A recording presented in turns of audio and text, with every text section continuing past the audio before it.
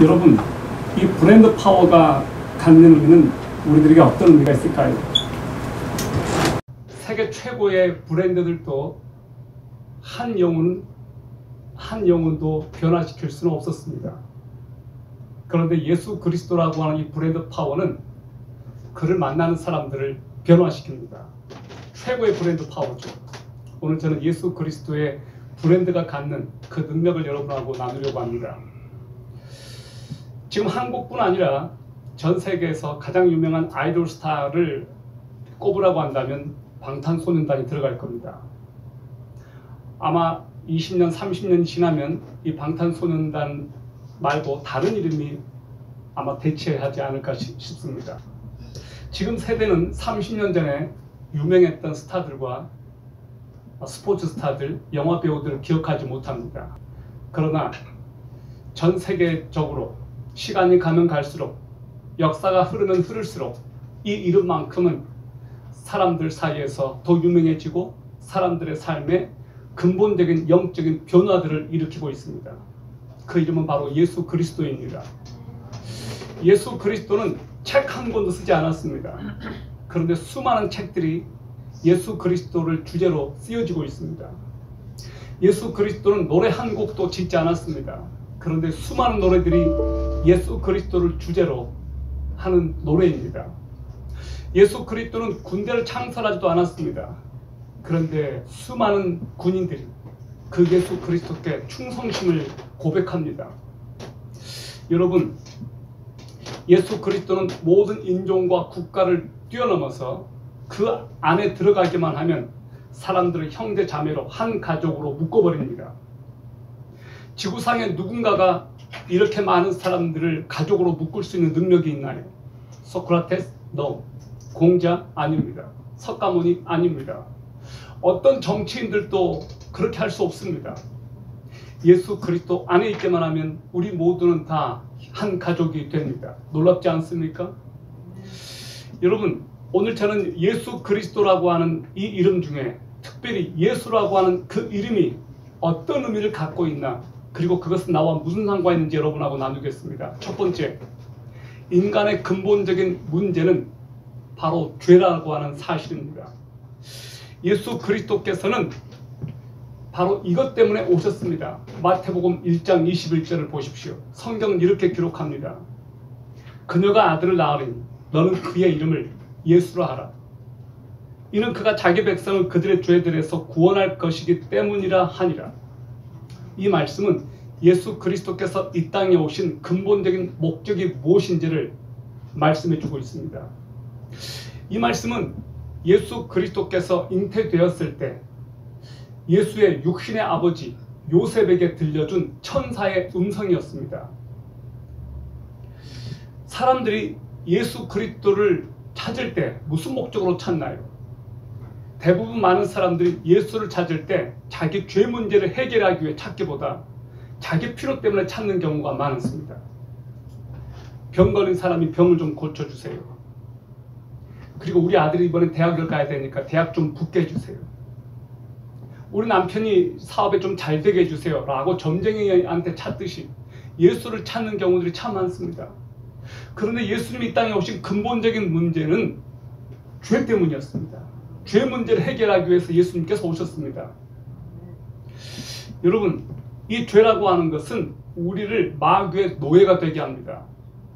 에덴 동산에서 아담과 하와를 유혹했고 타락시켰던 사탄은 지금도 계속해서 하나님의 자녀들을 유혹하고 그들을 넘어뜨리려 하고 그들을 타락시키려고 합니다. 그때 이후부터 줄기차게 사탄의 전략은 하나도 바뀌지 않았습니다. 그리고 놀랍게도 너무나 수많은 사람들이 그 마귀의 전략에 넘어가서 죄짓고 타락하고 심지어 하나님을 떠나기까지 합니다. 모든 인간의 불행은 바로 이 죄에서 비롯되었습니다. 인류가 겪고 있는 모든 문제는 근본적으로 죄 문제입니다. 죽음의 문제, 고통의 문제, 질병의 문제, 다 근본적으로 죄 때문입니다. 사람들이 죄로 가득한 세상에서 죄의 먼지를 뒤집어 쓰고 살고 있습니다. 어제였습니다. 제가 교회 청소를 조금 했습니다.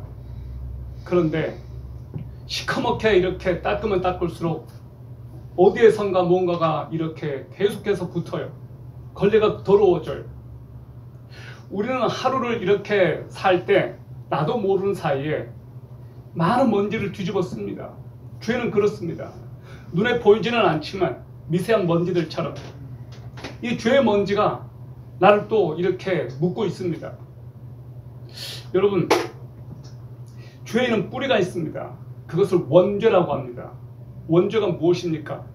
에덴 동산에서 아담과 하와가 하나님께 불순종하고 선악과를 따먹은 것, 그것이 바로 원죄입니다.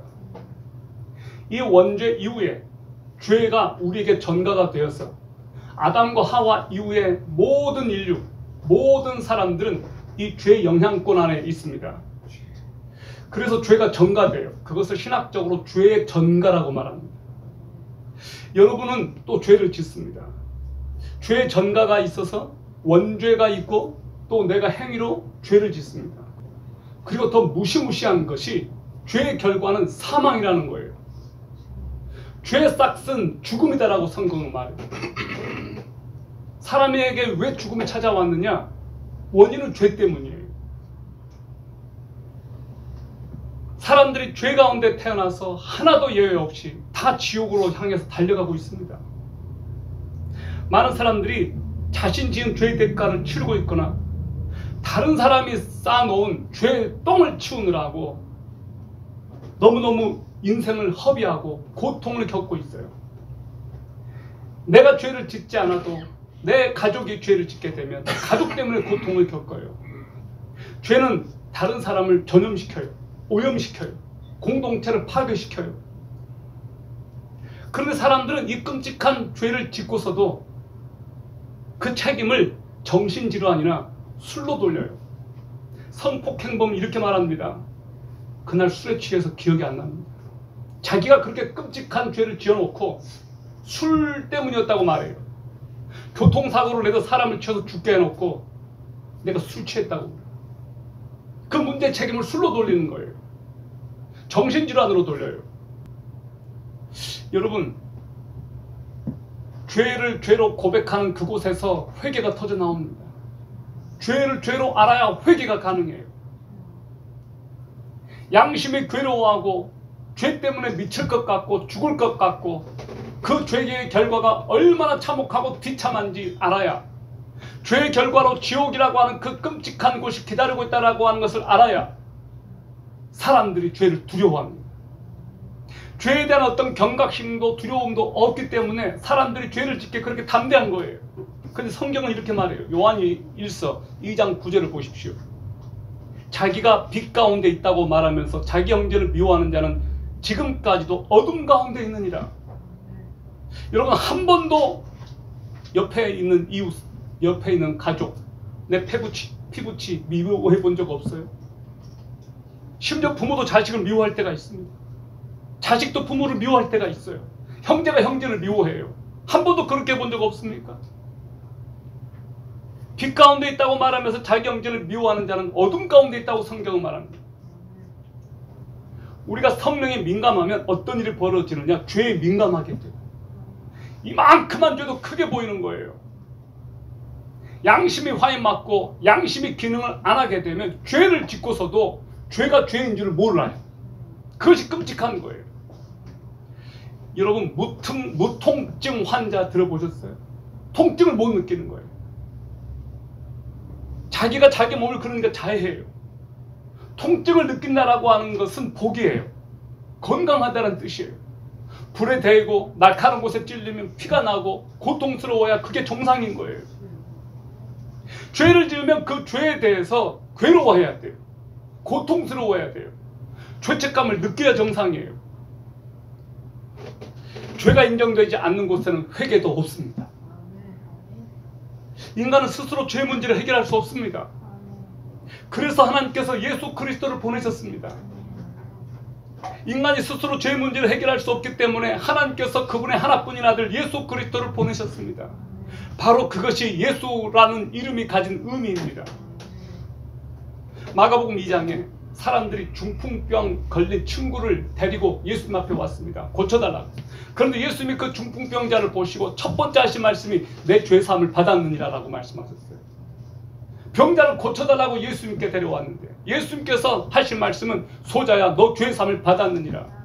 우리가 생각하는 중요한 것과 예수님이 생각하는 중요한 것이 다른 거예요.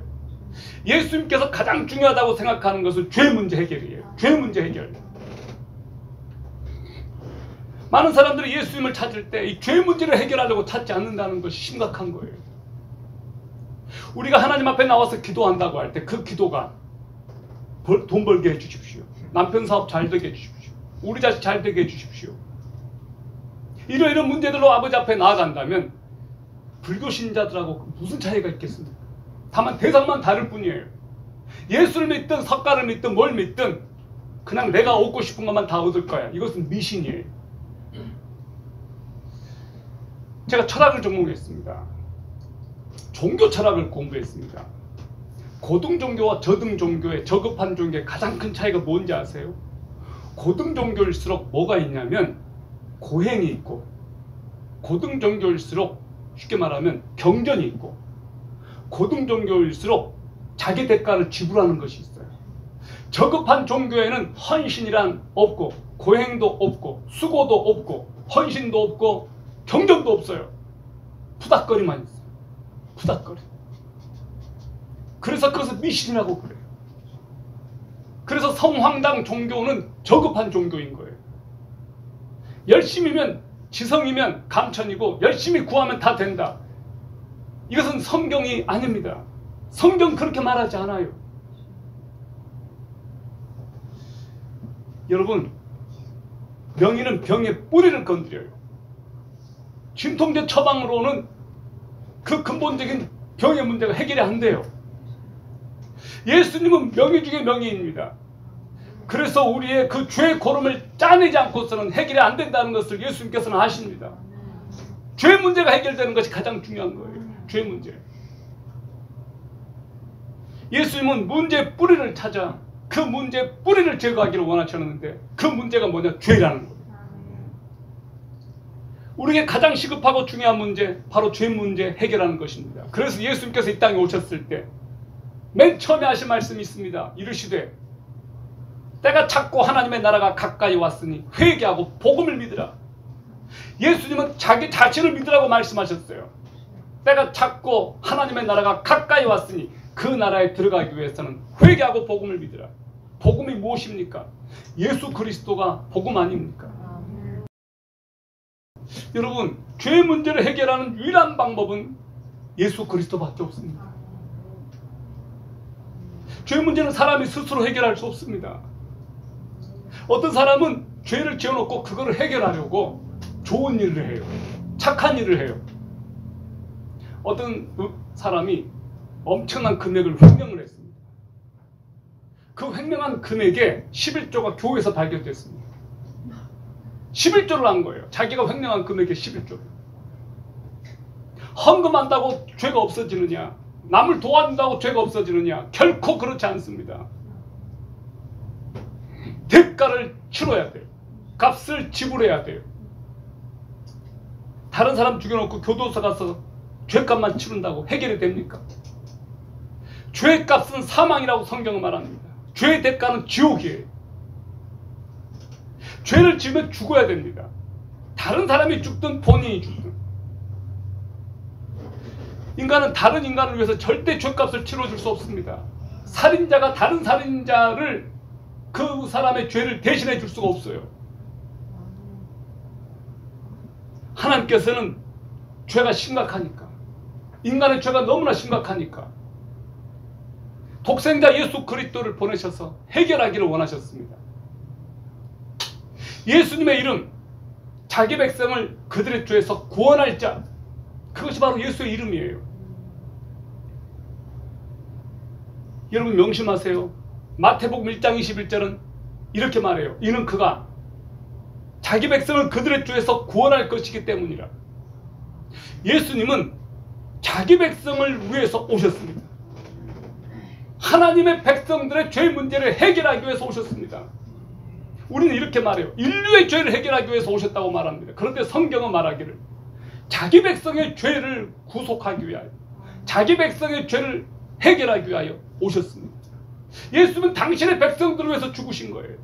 여러분, 여기 자기 백성을 그들의 죄에서 구원할 것, 미래형 동사예요. 이 말씀은 육신의 아버지 요셉에게 주신 말씀입니다. 태어날 아기가 아직 태어나기 전에 세상 죄를 짊어지고 죽어야 된다고 뱃속에 있는 아기에게 주신 말씀이에요. 예수 그리스도는 태어나서 33년 후에 인류의 죄를 위해 죽을 운명을 가지고 태어납니다. 어느 부모가 당신의 아들 30세가 넘어가면 죽을 겁니다. 다른 사람의 죄를 대신해서 죽을 겁니다 라고 하는 이 말을 들으면 어느 부모가 좋아하겠습니까? 예수라는 이름이 자기 백성을 위해서 십자가에 달려 죽어야 될 운명이라고 하는 이것을 들었을 때 그 부모 마음은 어땠을까요? 하나님의 마음은 어땠을까요? 예수는 누구를 위해서 오셨습니까? 당신의 백성들을 위해서 오셨습니다. 여러분을 위해서 오셨다는 말이에요. 사람에게 주신 것이 아니라 자기 백성을 위해 주신 구원의 이름. 믿지 않는 사람들이 아니라 믿는 사람들을 위해서 오신 그 이름. 에베소 1장 4, 5절입니다. 그런데 그 들어가기 어려운 하나님의 나라에 누가 들어가느냐? 에베소 1장 4, 5절 보십시오.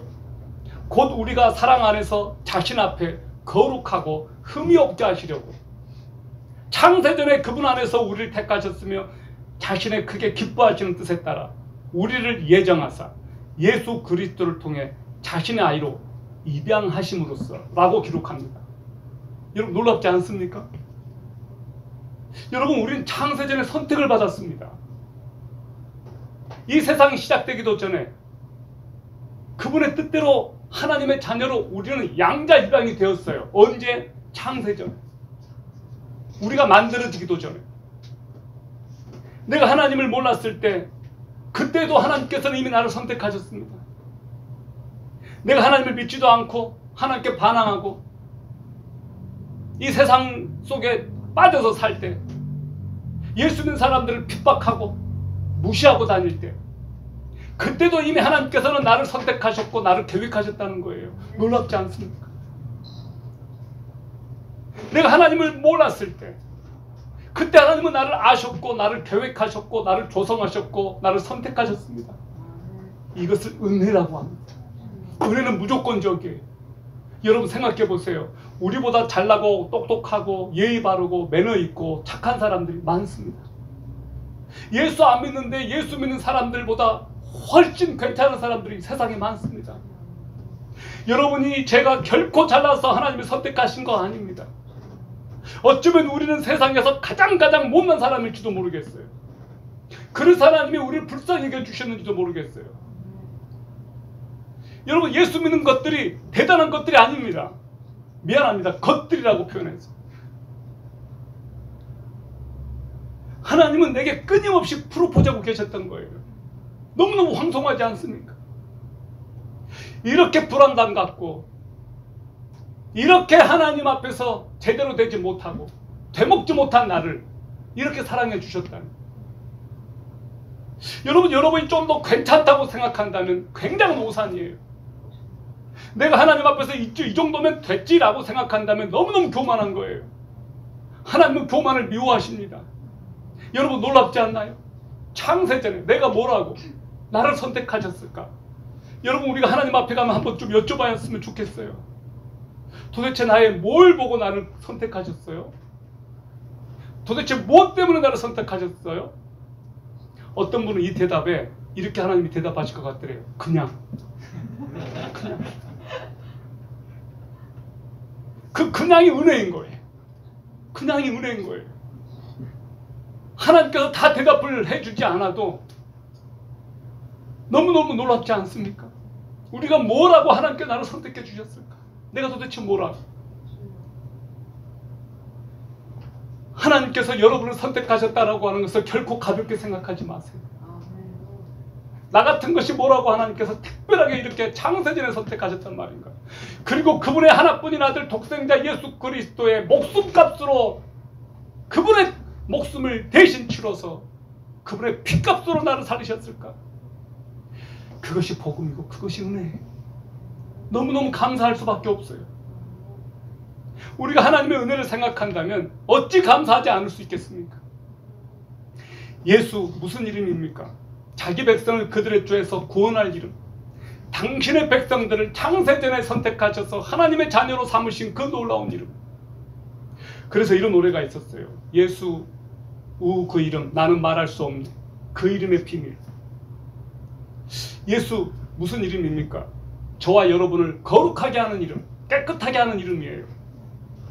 바울은 고린도 교회 성도들에게, 그 문제 많은 고린도 교회 성도들에게 하나님의 나라를 상속받지 못하는 사람들이 이런 사람들이다라고 열거했습니다. 어떤 사람들이냐? 고린도전서 6장 9절 10절입니다. 불의한 자가 하나님의 왕국을 상속받지 못할 줄을 너희가 알지 못하는 거예요. 속지 말라. 음행하는 자나 우상 숭배자나 간음하는 자나 여성화된 남자나. 여성화된 남자 뭐예요? 트랜스젠더 아닙니까?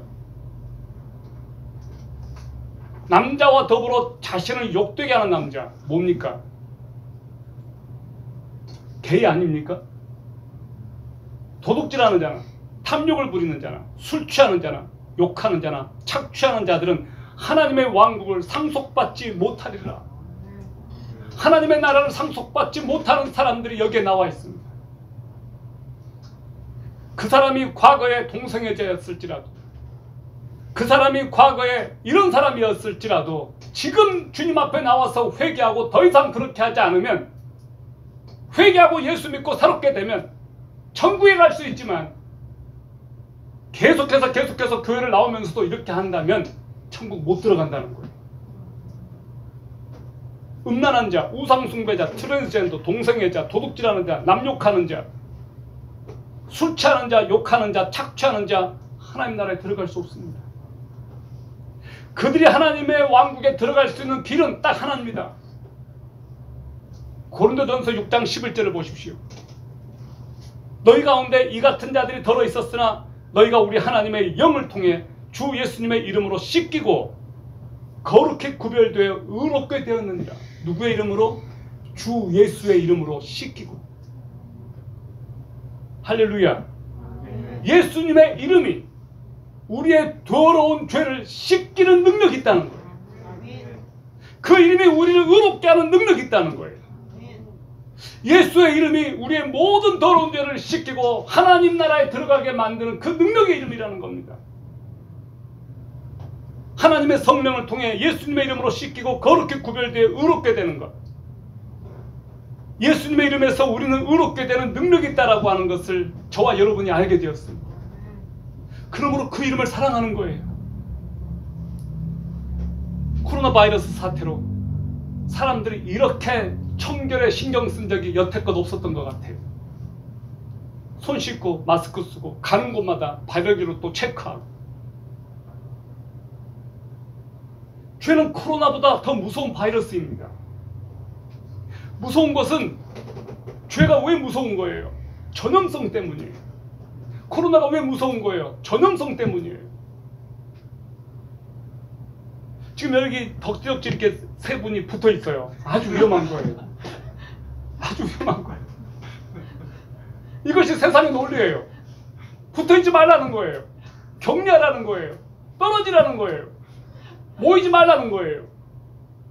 이것이 세상의 논리입니다. 여러분, 코로나는 그렇게 무서워하면서 왜 우리는 죄를 그렇게 무서워하지 않을까요? 코로나 걸리면 그래도 살 수 있는 길은 있는데 죄에 전염돼서 그 죄 때문에 계속 빠져있게 살면 영원한 지옥으로 떨어지는데, 사람들은 코로나 하면 그렇게 덜덜 떨면서 손 씻고 발 씻고 세척하고 그렇게 난리를 펴면서 왜 그렇게 죄를 미워하지 않을까요? 죄의 바이러스를 씻겨내는 것 오직 예수 그리스도의 십자가 피밖에 없습니다. 예수님은 우리를 지옥 가지 않게 하시고 단순히 천국 가게 하시려고 구원하신 것이 아닙니다. 하나님께서 우리를 거룩한 친백성이 되게 하시려고 우리를 구원하셨습니다. 디도서 2장 14절을 보십시오. 그가 우리를 대신하여 자신을 주심은 모든 불법에서 우리를 구속하시고 우리를 깨끗하게 하사 선한 일에 열심하는 친백성이 되게 하려 하심이니라. 아멘. 선한 일에 열심하는 친백성이 되게 하시려고 하나님께서 우리의 죄를 대신하여 예수 그리스도를 십자가에 달려 죽게 하셨다는 거예요. 왜? 선한 일에 열심하는 친백성이 되게 하시려고. 여러분은 무엇을 두려워하십니까? 여러분 솔직히 이야기해 보세요. 여러분은 무엇이 가장 두렵습니까? 코로나가 두렵습니까? 미래가 두렵습니까? 마귀는 거룩한 성도를 두려워해요. 마귀는 예수 그리스도의 이름을 의지하는 성도를 두려워해요.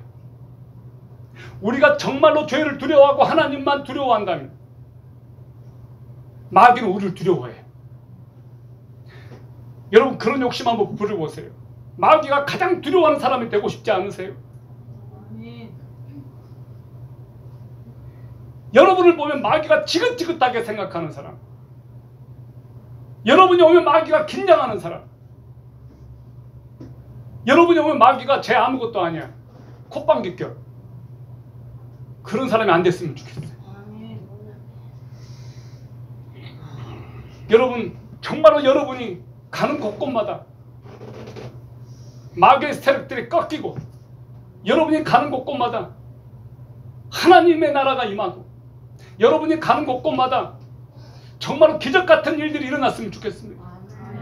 설사 그렇지 않다 할지라도 여러분이 가는 곳곳에서 예수 그리스도의 이름이 전파되었으면 좋겠습니다. 여러분 사람들이 너무 쫄아 있어요. 너무 위축되어 있다고요. 우리는 모이지 말라고 한다고 해서 다 무장이 돼 시켜버렸어요.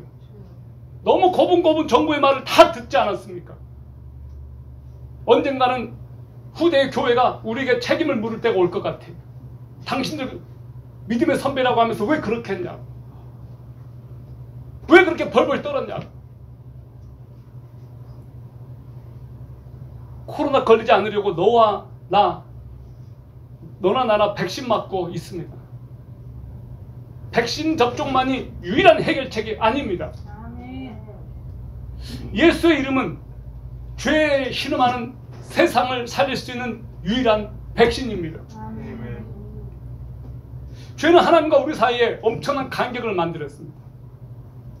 하나님으로부터 멀어질수록 여러분 죄와 가까워집니다. 하나님으로부터 멀어질수록 인생은 비참하게 되어 있어요. 하나님의 보좌 앞으로 가까이 나아가십시오.